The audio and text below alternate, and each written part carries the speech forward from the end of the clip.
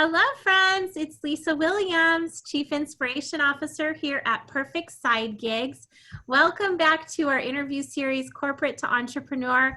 We are just having so much fun with these experts that we are learning that have made that leap themselves and found their true joy and passion in the process. And what I love most about all of them is they are actually helping others do that now. So today, we have a very special guest. His name is Michael Butler. He actually was introduced to me by one of our other guest speakers, and I'm so very glad Daniel introduced us. So Michael is the founder of Beyond Publishing, and what I love about his company is they help people tell their story. I think we all have a story in our life that more people need to hear about, and so he actually helps people create their story, publish their book or their ebook, and then better yet, actually helps them get to, super class status on the bestseller list. Oh goodness, sorry. Interview faux pas. My dog is barking. That's awesome. Michael, welcome to our show. Thank you so much for being with us. Lisa, I'm so glad to be here. So thanks for the invite and just really honored. Congrats on the show.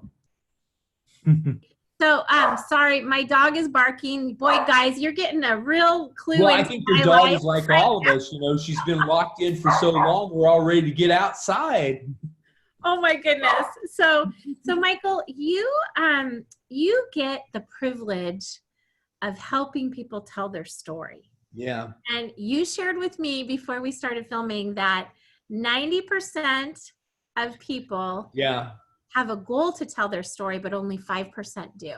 I would love to hear about how you started this, and how you help others tell their story, and what that brings to them in their life in terms of joy and passion.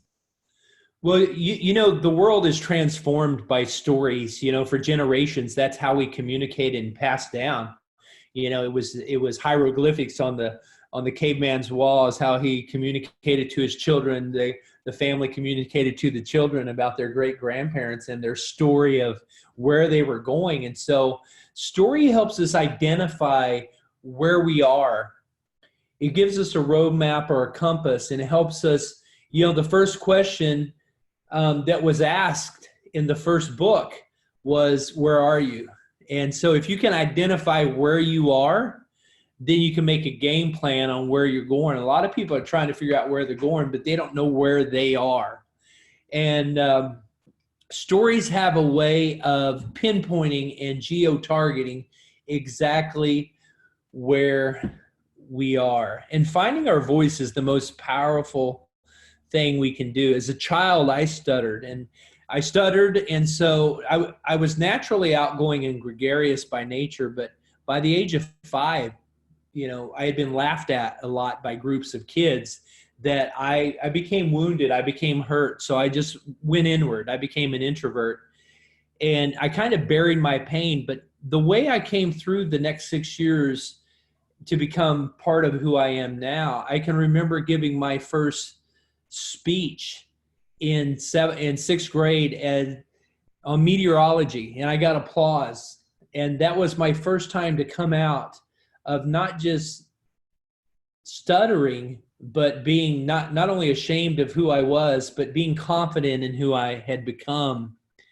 And I thank so many people for that. My mom, I thank her for pushing me through and pushing me out there and making me uncomfortable, my speech therapist. But the thing that really helped me was we lived on the farm in Oklahoma, and my brother and I would shoot movies. We would write the scripts, and for our 30 cows on 30 acres of farmland with my dog, we would shoot movies, we would cut to commercial, and then we would act out the commercials. And then I would do interviews, and in my mind, I'm dreaming that I'm a movie producer. And our story, see, the thing is, the most powerful story in the world for our success is the story we tell ourselves. And I think back through all the years, and to answer your question, 95% of America wants to write a book, but only 5% ever do. And 95% of America wants to run a marathon, but only 5% ever do. And when I ran my marathon, I know you're a marathoner. 10 years ago, I ran my first marathon, and I couldn't have done it without a team. Getting up in Oklahoma at 5 a.m. when it's 20 degrees outside on a Saturday morning, you don't feel like doing that. But having a team, knowing they're going to have 10 runners show up at your door at 5 a.m. and knock on the door and basically shame you if you don't show up on time and get those 16 miles in. It's no fun, right? But it's a lot funner with the team. It goes a lot faster. And somebody said teamwork makes the dream work. And I love what J. Paul Getty said, the first billionaire in America, and he lived for a while in my hometown where I raised my kids, Tulsa, Oklahoma, during the oil boom. He said, I'd rather have 1% of 100 people's efforts than 100% of my own. We were talking about before the show the desire to jump ship and leave corporate America. In fact, one of our authors in South Africa, in Johannesburg, spent 40 years in the banking business, middle management as an HR director, and he wrote a book called Jump Ship. And it's how to do it safely and how to do it. You know, some people are just angry with the system. They're just angry with corporate. They don't like their job. They just want to take this job and shove it, but they don't have a backup plan. They don't have a system in place. Their hobby hasn't become their replacement income yet. And so there's a safe way and a not so safe way to leave corporate and go into the wide world of entrepreneurship, right? Yeah, absolutely. Well, and for those viewers that are watching this later, we are in the midst of the COVID-19 crisis right now. And, you know, so many families have been impacted. I think it's a great time to be considering making that leap. You know, what tactically can you tell those people? What can they do today and just a little bit every day to help them in that direction? Yeah, absolutely. I think the best thing you can do is to pick a lane. Pick a lane you want to be the expert in and start video blogging about it, because the internet's still young. I say in my book, Bestseller Status, that people are the new media, and that if the internet were a baseball game, we're only in the top of the first inning. And so here's the thing. You can decide what you want to be known for. Now, being from Oklahoma, I'm in Dallas, Texas now, but growing up in Oklahoma, Boomer Sooner. My son graduated from OU. My brother graduated from the University of Oklahoma. We were called Sooners because when the land run happened back in 1907, there was a group of us that said, you know, we're not going to sit here all night. We're going to sneak across the start line in the middle of the night. It was the wrong thing to do, but they had an idea that would apply in business. Les Brown says you got to be hungry. And if you're not hungry in business, you're going to get run over. But what you can do is go pick a lane and decide where you want to pitch your tent. What are you passionate about? Truly, you can today more than ever monetize your God-given dream and passion with your core values and what's in your heart. You can truly do that, truly serve people. You know, Andrew Carnegie, what he did was, because when you realize that being an entrepreneur is like building the Transcontinental Railroad.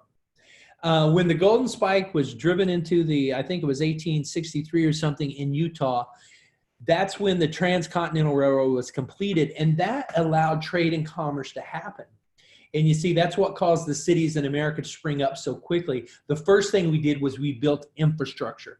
And so why I'm so excited about your question, Lisa, is because your question asked such a deep question. People want to show up when you're having the launch party. People want to show up when you're on the penthouse suite. But a lot of people don't want to dig the trench that's required for the success. You know, my son, my number 3 son, I've got 4 grown sons and 2 grandsons, and I'm so grateful. But my number 3 son 10 years ago was diagnosed with acute myeloid leukemia, and he had a 40% chance of not surviving. And so my wife and I, we really went to prayer and really trusted God and are grateful. And you know what? After 4 rounds of chemo and a bone marrow transplant, in fact, my 2 oldest sons were perfect donor matches. They were fighting over who was going to get to donate the bone marrow. He's 10 years cancer-free, and we're so thankful. But, you know, we could have told ourselves a story there. We had an opportunity to pick which story and which narrative we wanted. and we could believe this one or believe that one. And you're faced with this opportunity in life to look at things like a pandemic. And some people see lack and tragedy, and some people see abundance and opportunity. And so we can really choose. I didn't blame these kids that made fun of me for stuttering, because I laughed at other kids that I thought, were out of place or odd. It wasn't the right thing to do. And I would go on to learn that I could encourage somebody, I could help somebody, right? Yeah. And so I think the stories, what's so powerful here, if you'll start telling a video story, let's say you pick a lane, the National Speakers Association, and I've been telling people this for years, pick one or two lanes that you're good at. So let's say if I'm in financial services industry, what's a practical thing I could give away during the pandemic is I could give away a free report or an ebook or even a free consult with somebody. Jump on a Zoom for 15 or 30 minutes. And you might be asking, but Michael, I'm not getting paid for my consult. They're not a potential customer. If you'll give, the universe has a way of paying you back, right? And always, you don't even have to ask for the referral when you're giving somebody the quality information they need, how to improve their credit score, how to stage their house if they're selling it, how to blend a family if they're doing a remarriage, all of these kind of things, how to build a business, how to get startup funding. Whatever you're the expert, if you can monetize by giving something away and they can't afford to pay you now, ask if they'll accept a delayed invoice. Ask if they would be willing to bring you on as a partner and give up shares of their company. There's all kinds of ways we can be paid now. And if money is short, like it has been coming out of the Great Depression, people got creative and did trade. As sharecroppers, we didn't all grow the same crops. We specialized and we grew my dad grew up on a dairy farm. Okay. They would trade with the guy that had chickens, and they would trade with the farmer that had the beef. And guess what? It was a win-win. You didn't have to go out and specialize in everything. Hey, listen, you got chickens. I like eggs, and I like chicken fried steak. We can trade. You can have my cow, and I'm going to get a lot of chickens and a lot of eggs in exchange for my cow. And it's a win-win. It's a win-win. Yeah. So what can you give away and add value? But, I like to look at it too like this, Lisa. And I know your listeners are very smart. If you look at your products and services, who can you joint venture with? And I'll just use a crude example as Taco Bell. I call it Taco Hell. I ate there through my college years, but when they got married to KFC, that was like a match made in heaven for a single bachelor guy on a budget. I don't eat there anymore, but the cool thing is it makes sense, right? You're driving through and you've raised children. We had a rule in our house with 4 kids in the car and a wife and 4 kids. We said, boys, no more than 2 drive-throughs. But when they blended Taco Bell and KFC, that's just an example of how you can joint venture and benefit one another's traffic and sales. I love it. I love it. I think one of the things that I love that you talk about is marketing authentically. And I think I know what that means, but I'd love for you to share with our audience what that means to you. Well, there's something very powerful about finding your voice. And when you realize why you're here, you realize where you're at and why you're here, and you identify the story that your subconscious is telling yourself, because at the end of the day, we're not afraid to do the great thing God's put in our heart. What is the big, hairy, audacious goal God's put in your heart? Why not do it? Why not do it now? If not you, who? If not now, when? And so the question is, rephrase the question. I saw a squirrel. You talk about authentic marketing. Okay. I know exactly what you want to talk about. Authentic marketing. The reason that's so important is if we're not congruent with who we are, who we're called to be, and the truth that we're speaking, we're not going to attract the right business and the right customers. And so if we look around and we talk about the fact that we don't have any customers and we don't have any new business, those words will deflect new customers and new business. But if we're grateful for the fact that we've been designed for this purpose, and if you're really working with products and services you love, you're going to attract the right people just by putting it into the universe. You know, as a believer, I've noticed some of my Christian friends that have really kind of shunned the law of attraction message, but there's a real there's a real balance there where there's a lot to the law of attraction because most of that originated from the Bible. Anyway, it's not just like you could say you're worth $1 billion and tomorrow you wake up with $1 billion in your bank account. But if you begin to speak as if you're already a successful speaker, I'll give you an example. I just got off a writing cruise in February with the guy that wrote the romantic comedy Sleepless in Seattle. And he was speaking to nonfiction writers, and that's a pretty good romantic comedy, right? In fact, a lot of people say it's the best romantic comedy of all time. And so here's what I was speaking to the nonfiction authors. He was speaking to fiction. His first question, first day of the seminar was, how many of you are aspiring writers? And about 30% of the group raised his hand, and I could kind of see where he's going with this. The 30% of the group that raised his hand, sure enough, he says, you're not, and he asked them why. They're aspiring writers, they thought, because they hadn't written or published anything yet. And here's what he said. And it kind of became the joke throughout the week, and we began to challenge and help each other and coach each other. All throughout that cruise, when we'd see each other at lunch and at breaks and at the workshops, are you a writer? I am a writer. And just to hear those young, they were aspiring writers a few days before.